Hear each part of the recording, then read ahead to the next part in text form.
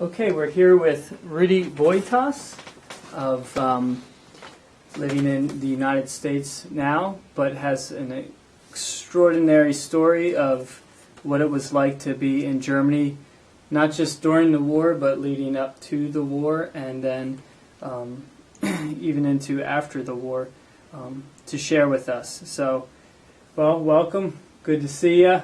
Thank you very much. Yeah. Can you tell us a little bit about where you were born? I was born in Upper Silesia, which was given to the Polish country at the Versailles Treaty of 1919, and I was born in 1932, only 10 miles out of Auschwitz, the famous concentration camp everybody knows. And Auschwitz means sweat out, translated into English. So you were born in Upper Silesia. And this was before World War I ended. This was in Germany. That was German territory. And then after World War I, because of the Treaty of Versailles, it was in became Poland. Polish territory there. Okay. Occupied by the Polish and became Polish territory. So even though it became part of Poland, you still considered yourself a German. I was a German citizen, yes. Okay. So my parents were German citizens, so I was automatically a German citizen. So talk about your childhood growing up in what was called Poland. So I grew up there in a little town of Zawiść, where I was born, and outside I played with other Polish boys, because some Poles moved into our territory. They took our homes away, and Polish family moved in. So there were boys, and I learned the Polish language even on the street. I spoke Polish with the kids on the street and German at home. So I spoke two languages. At the time I was 6 years of age, I spoke two languages already. Now, with schooling, did you go to a Polish school? No, I was then, we entered into, we were kicked out.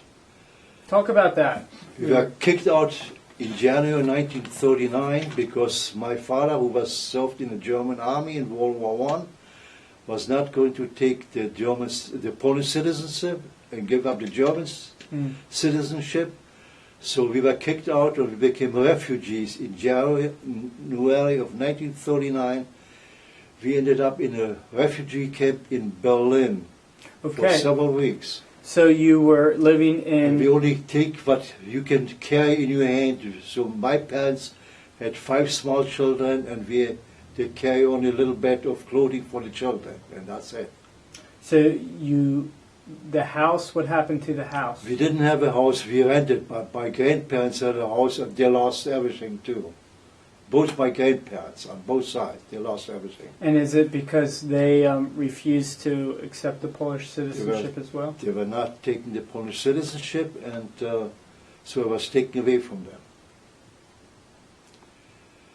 And in March of 1939, the Polish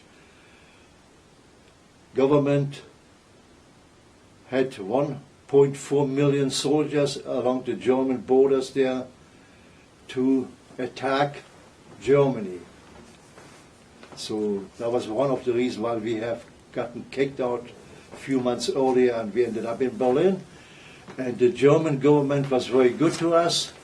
They gave us a brand new home in a development near Hanover of now or then later Western Germany. And that's where I went to school. I started first grade there, and that's where I grew up. So you grew up mainly in Germany? I grew up in Germany, yes. Okay. How, I'm getting the timeline mixed up here. How old were you when you were kicked in 1939, when you were kicked out of Poland? I was 5 going on 6. Okay. Do you have any memories of what it was like being in Poland? I know you said you spoke Polish and then German both. Do you have... We were living across from a Roman Catholic church, and they called it Święto Polska Katolicka. That means Holy Catholic Poland. And that's where I was singing there. Świętopolska katolicka in Polish. Do you remember anything in Poland? Did you feel accepted there? Did you feel different because you considered yourself a German? I'm a German. Yeah, they called us Germans. Yeah, German. Yeah, even the kids, they call us Germans. Mm-hmm. They didn't like the Germans. Okay, so when you left the rental, and in 1939 you said you went to Berlin. We came to a refugee camp in Berlin. That's what we ended up there. And how did the by train?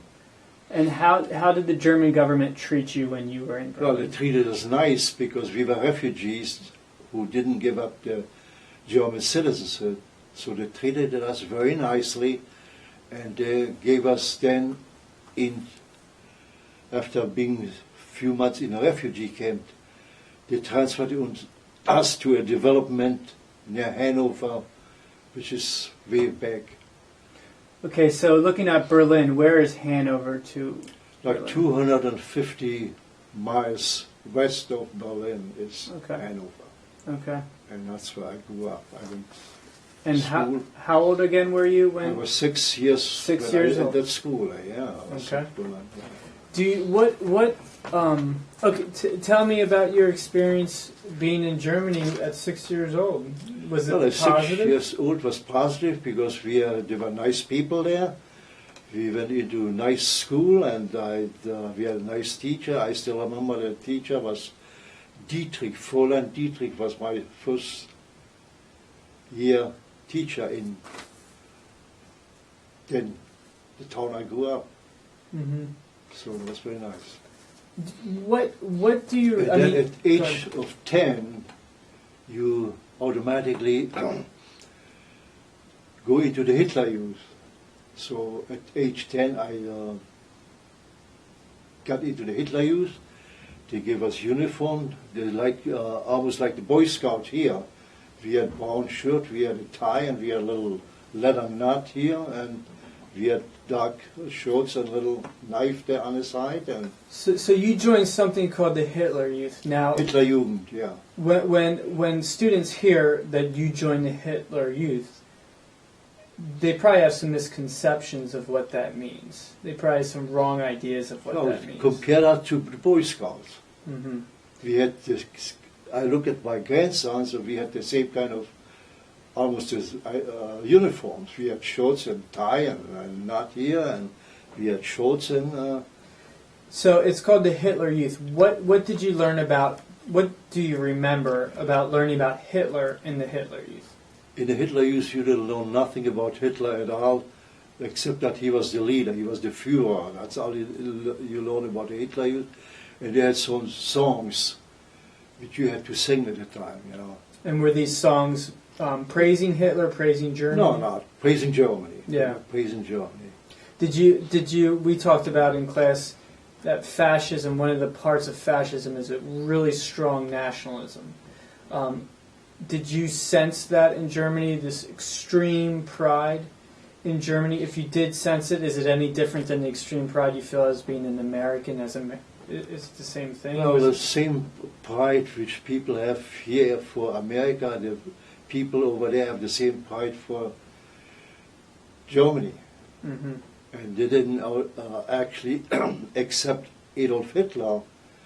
In the town I grew up, I shared that with everybody, was a population of 500-600 people, and there were only 5 members who belonged to the Nazi party. There was a school teacher, our school teacher, and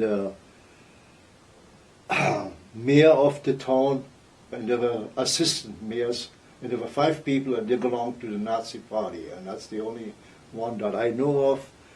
And the record showed that they were only the ones who belonged really to the Nazi party.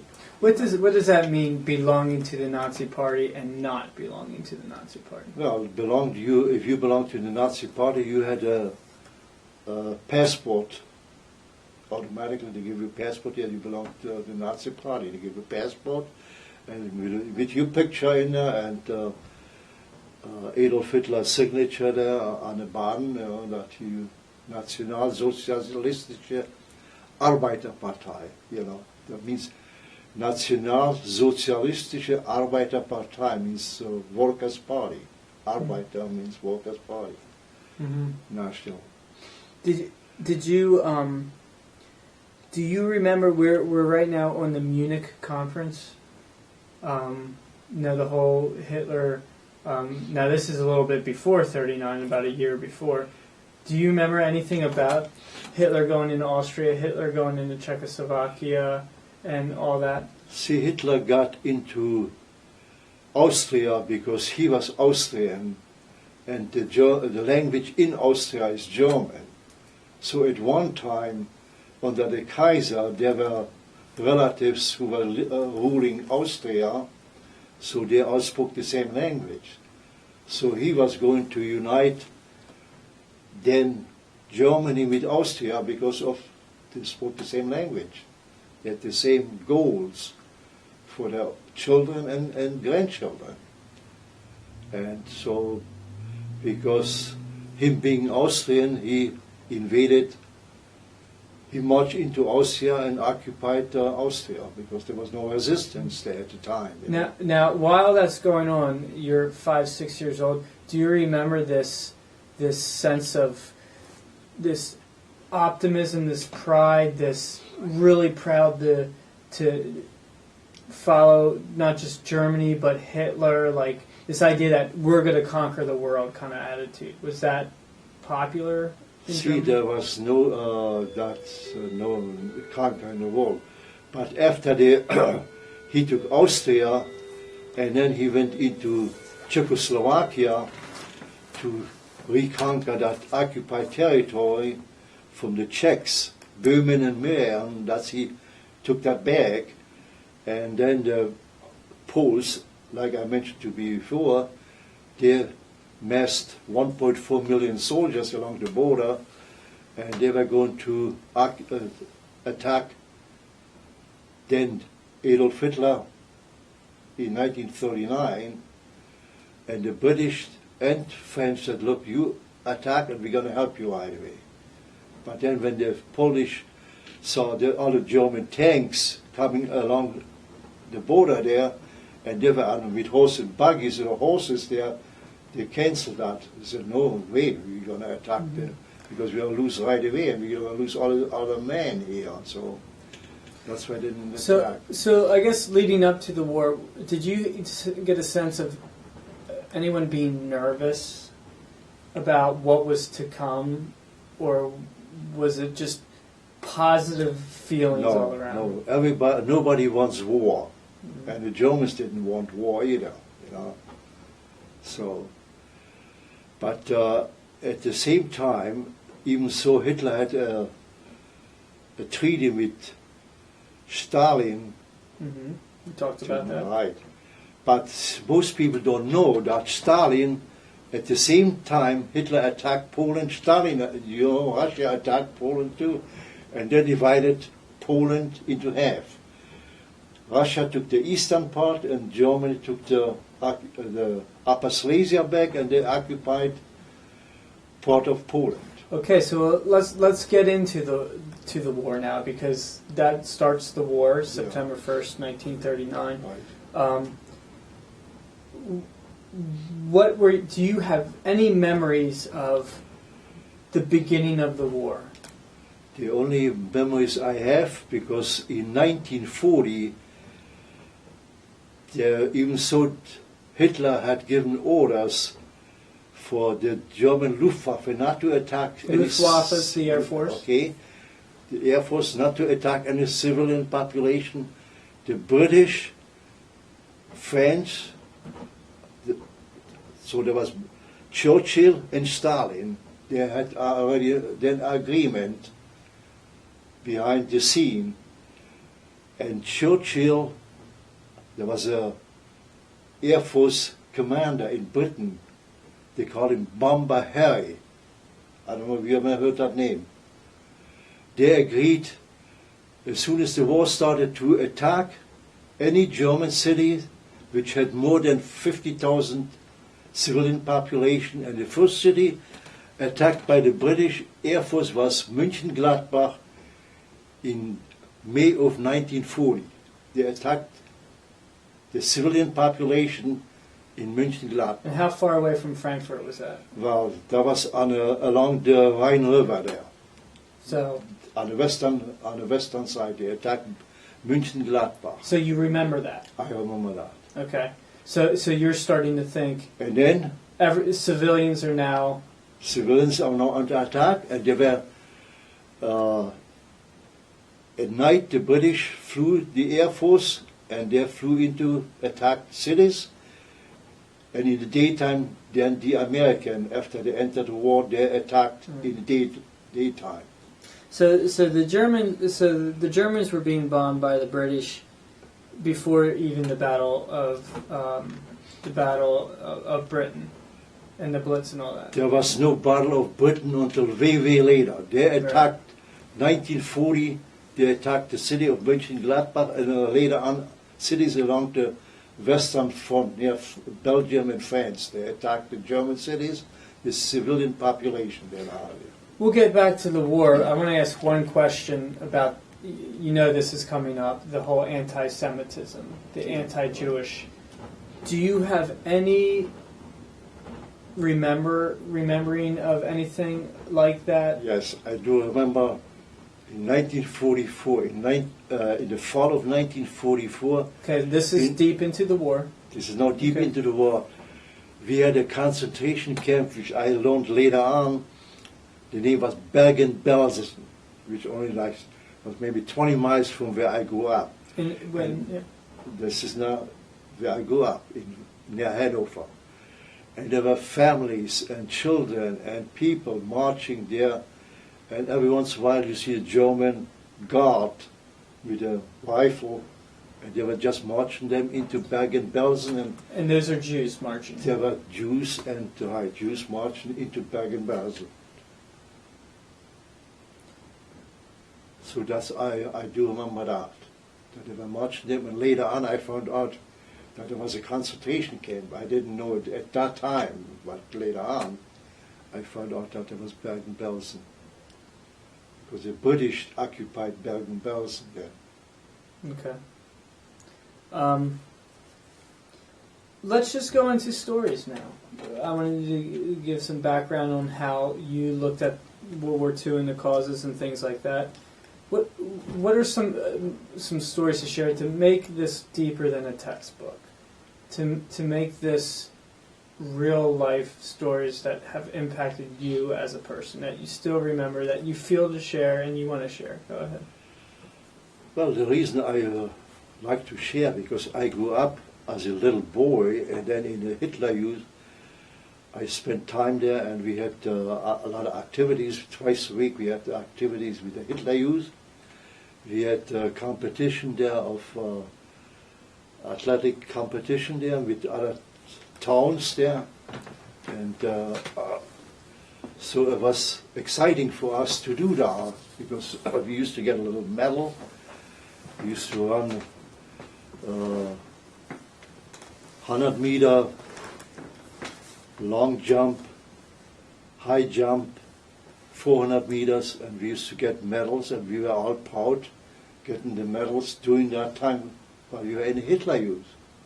So we brought them home, and thought the parents would be very proud of us to bring a medal home from the competition there with other towns in the Hitler Youth. So it was kind of exciting for us boy growing up there. It was exciting, in one way. And but then we also grew up in a home, and we knew that our parents were not for Adolf Hitler. Say that again. Your parents were not. They were not for. My father was totally against, because even after 1939. Oh yeah, definitely. As soon as he came into western part of Germany there, and he saw what was going on there. What do you mean? I'm confused by it. As soon as he saw what was going on in western part of Germany, what was going because even with the youth, my father didn't like that they were taking control of the young people already, brainwashing them, in other words, into indoctrinating them into something the parents didn't believe in. because the parents, my father used to sit down and read the Bible. And I'm sure he knew the difference between what the Bible said and what was going on outside in a country. And he knew that. He was a World War I veteran. He spent 4 years in the war and then 2 years in a French prison camp.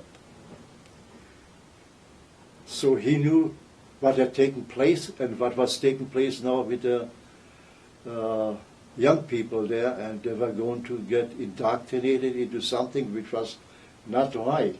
So when you said a French prison camp, was that a French prison camp in World War I? In World War I. Right. He was in French after he came out in 1920. He came out of a French prison camp and went home there. So was he in the military during World War II? No, he was not in the military. Now could he speak freely when this seems like a No, he cannot speak freely. He would keep everything to himself. In fact, he had one time while we were going up there, my father was very loud in his speech, and he would talk to my mother, his wife, against Hitler and our neighbor, who was a member, who was the leader in that little town, the SA, the SR they called.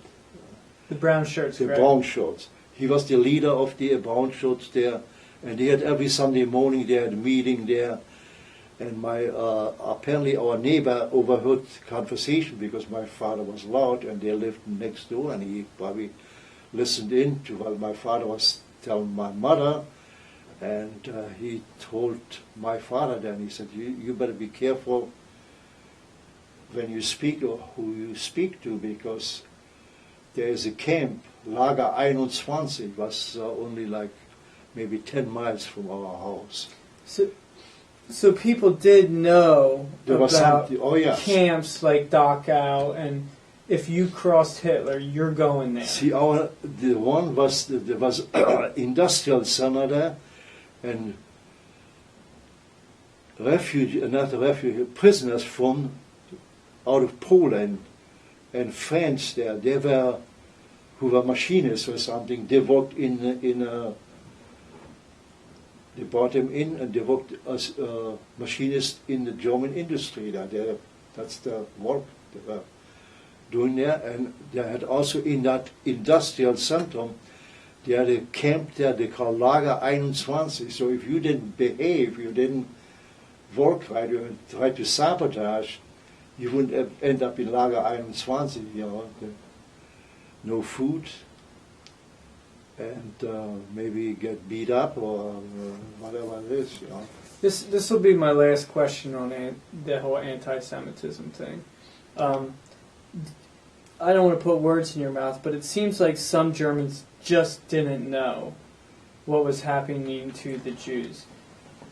Do you think it's because people just couldn't openly talk about it?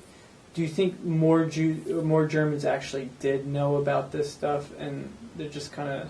No. Go ahead, talk about it. No. Most Germans did not know about it. And the only reason I like to speak about this is the fact that Hitler, who grew up in the Roman Catholic Church, the Roman Catholic Church tells you, give me the first 7 years, and they were indoctrinated by the fact that the Jews killed Jesus. So automatically, as a child, you heard that all the time, the Jews are the ones who killed Jesus, so you got a resentment against the Jews. So back to you would say most Germans, they knew about the mistreatment of Jews, like Kristallnacht and things like that. Yeah, the Kristallnacht. Yeah, in Berlin, they were given orders by the Himmler, who was there, also a Roman Catholic, who was a school teacher in Bavaria, who met Adolf Hitler in Munich, and he became the leader of the SS. So you knew there's obviously mistreatment, but above and beyond that, Germans largely didn't know. The German population did not know that. No. And the first time we saw it in our town was in 1944 when we saw With the death marches? the death march to Bergen-Belsen. Yeah. a story like that is obviously emotional to talk about. Let's talk about stories that you dealt with during World War II. What are some things that you saw during World War II, things you witnessed, anything you're willing to share? I clearly remember the day we were occupied by the American army, the troops there. It was on April 8, 9. There were dive bombers coming in, and they shot some right in our little town in the field there. They shot some of them down. And Shot some Germans down.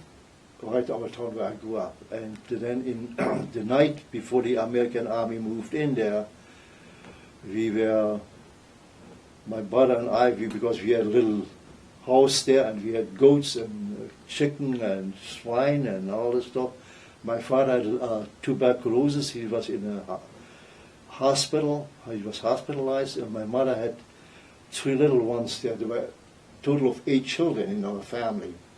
So she was there with a 2-year-old, with a 4-year-old, and with a 6-year-old in a mine, ore mine. We had no bunkers, so all the population before the American moved in, who didn't have a basement.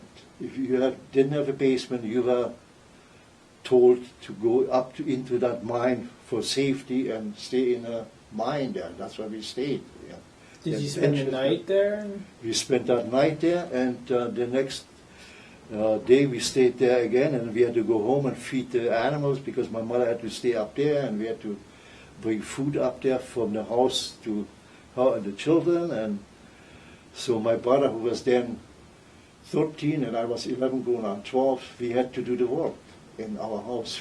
We had 2 pigs, we had 3 goats, and we had to feed the chicken, and we had ducks and geese. While war's going on. While the war was going on. Would you on a daily basis see planes flying above, or no? Well, yes, in the daytime we see planes, the Americans, we see them, planes flying over there, and they would attack. There's a city, Hanover, Braunschweig, and every once in a while they dropped bombs on a little town too. What was the point of dropping a bomb on a little town? To either kill people or scare people. For instance, when the city of Dresden was in 1945, who had no industry, nothing but culture and hospitals. There were a lot of hospitals there. And the British and American Air Force decided to bomb the city of Dresden for 3 days and 3 nights. So they totaled the city of Dresden. There were 250, there were 250,000 people died. And historically there were like 54,000 children under the age of 14 died during that time too, because the British bombed at night and the American and then the dive bombers, they were fleeing the city to go to the Elbe River. The dive bombers came there with the guns and shot them down. Obviously, fear grips people during war.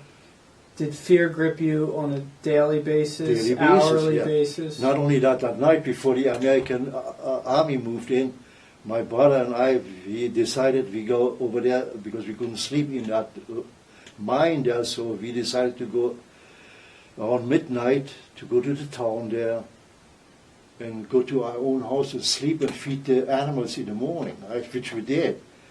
So after midnight, as we walked to the fields there to go to our, on the street to go to our town, which was like half a mile from our house, we were stopped by some retreating SS troops. Real quick, take 1 minute to explain the difference between SS and German Army. Well, the German Army is a German Army. They had green uniform. The SS has black uniforms. They had that. Did they have the same job description? No. Take 1 minute and talk about that. Well, the German Army fought on the front, and the SS was in the background. If anybody retreated, they would get them were taking the prisoners. So the SS did all the dirty work. As in, SS did the dirty work. they were the ones that were going after the Jews and They things were like doing that. the dirty work. Not only they took the prisoners in too. They took the prisoners, interrogated them in back of the front. The army moved forward, and all the prisoners were then taken by the SS. Okay, so you and your friend, was it your friend or your brother? Your friend, you and your friend. Well, as my brother and yes. I, Okay. we were stopped by the retreat because the German army had retreated, and there were segments of the SS came along there, and as we walked down the road, they stopped us. And the first thing they asked, he said, do you belong to Hitlerjugend? You know, they asked us. Yeah. And I said, Heil Hitler. And we said, Heil Hitler, you know. They asked us and they let us go. They asked us, where you going? We said, we go to our house because we have to, in the morning we have to feed the animals. And we have to, at least we like to sleep a few hours in our own bed and then feed the animals in the morning. And during that night, there were 5 people shot in our little area there. Because there were Polish prisoners and one was a French prisoners who they were celebrating already in the street because there was the retreating army was gone and there was nobody there, so they were celebrating already in the street, and then the retreating SS came and shot them. Yeah. And we were occupied around 10 o'clock on April 9th of 1945. And my brother and I were the last 2 people, plus our Lutheran pastor who lived in it, who was the last one to leave the town too. He ran up there also in that hole, in that mine there, because he didn't apparently have a basement either, but he left. So why didn't you stay in the town? Why did you leave? Well, because there were dive bombers coming here in the daytime. The American Air Force had dive bombers there. They were shooting people there. So you just went to another town deeper into Germany? No, we went from our town, between 2 towns there was a ore mine, and we went into the ore mine. Right, I thought you meant you totally just left that whole area. No, but you stayed in that area even towards the end of the war. So, what does this look like? How does the war end? Is it every day you have dive bombers and then it's silent and then it's done? What does that look like? Well, it wasn't really done because then we had an occupying force in our town. And who was that American? American. We were occupied by the American for at least for 2 months or 3 months. And how did the Americans treat you? Well, I'll give you an idea. The first thing, after the American troop moved in here, my brother and I had to go for the evening again. We were occupied around 10 o'clock when they came, and then in the afternoon my brother and I had to go to the house again to feed the animals. And so we were in the house, young kids don't know any better. And then 2 American soldiers came knocked on the door, came in the house, and then went to the house, they looked around there, and then they looked at us, and then one of them pulled out a pack of cigarettes and gave me a cigarette and my brother a cigarette, and then he gave a match, and he thought it was funny that he looked at us, we had to smoke the cigarette so he can watch us smoke the cigarette. So they were not, because you hear stories about the Soviet Union when they came in and they occupied Germany. It was pretty bad. So the Americans overall were pretty good? They were pretty good, except for that 1 or 2 soldiers who made us smoke a cigarette so they can watch some young boys Hitler used to smoke a cigarette. I don't know what he got out of that, but anyway. So that's the day of the occupation. But later on they were very nice. The occupying force, the Americans were very nice. They gave the little girls, they gave chocolate. Or when you did you hear stories like D-Day, Battle of the Bulge? Were you able to get access, or did Hitler keep that all No, hidden? no. We knew exactly what was going on. How were you able to hear that stuff? Well, because I had to go to our neighbor who had a radio. I would sit there from 6 till 10 o'clock at night to listen to the radio, because they would, on the radio, they announced that some British who came at night, that the British Air Force is flying into there or come here. So then the sign would go off, and before the sign would go off, I would go to my house and say, we're going to have, they call Flieger alarm. We're going to have, and you cannot, if the sign goes off, you cannot stay in the house even. Because they had policemen in every town, and they were nice people. They would go, and maybe you couldn't close the front door. It has to be unlocked, and you would go in there and say, anybody in the house, so you couldn't be in the house unless you have a basement. So many times we went to our neighbors into a basement, but a lot of times they were not even home, so we couldn't go there. So we had to go in the back of the houses there. There was a little mine there, so we went in there. So how did you hear about things like D-Day, though? And on the radio. We heard on the radio, yeah. Was I was sitting there for... in the mines, okay. Yeah. So was it the BBC that you were listening to? No, it was Deutschlandsender. So the Germans... You cannot hear the BBC. Anybody who listens to BBC end up in Lager 21 or they take you to the camp. No. So I just find this interesting that the German army would say, look, we're losing over here. You know what I mean?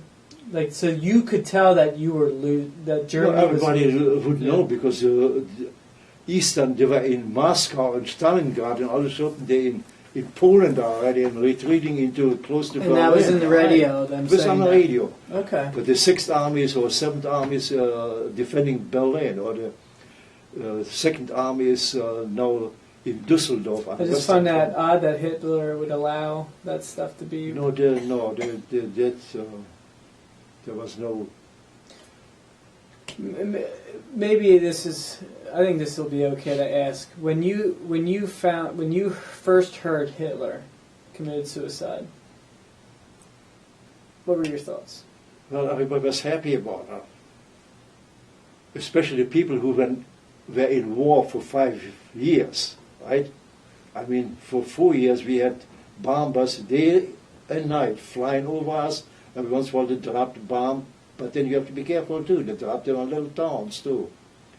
So everybody was happy, at least the war is over. We don't have to go get up at night at 12 o'clock or 1 o'clock and go into the coal mine or in the bunker there, in the basement there. You have to get dressed, and then an hour later the siren went off again and you can go home. All right. Well, thank you very much. Okay. Appreciate it. Thanks.